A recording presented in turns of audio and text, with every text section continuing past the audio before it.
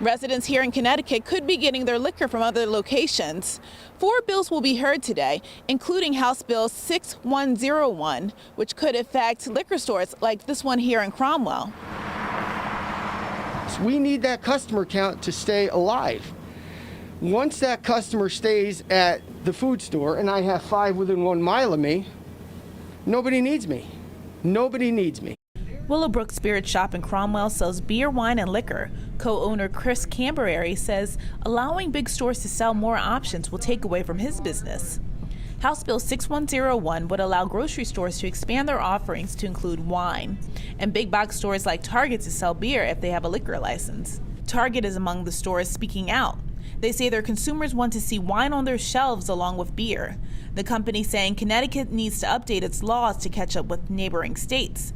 Testimony submitted on behalf of Target saying 46 other states, including nearby New York and Massachusetts, allow Target to sell alcoholic beverages alongside our great assortment of other products. Connecticut is an outlier in this situation. Other supporters say the bill will give shoppers more options and allow for competition, leveling the playing field. I hope that you'll embrace what could be an extremely meaningful change for our state's consumers and economy. There's opportunity here to grow the pie for everyone, so let's do this. Another part of the bill would allow bars to sell drinks to go permanently. To-go cocktails were permitted by executive order last spring.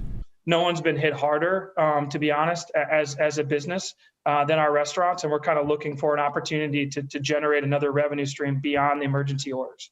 The bills are in the General Law Committee, and if passed, would go to the full General Assembly for debate. Reporting in Cromwell, Shara Taylor, Fox 61 News.